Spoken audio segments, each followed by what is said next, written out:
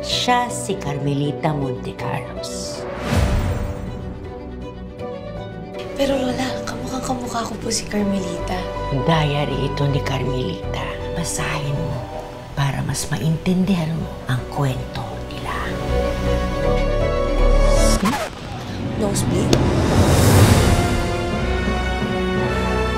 Ang pag-iibigan natin ay muling maisusulat sa araw ng ika-4 na pagkakataon. At ngayon ang araw na yun. Sister! Madre!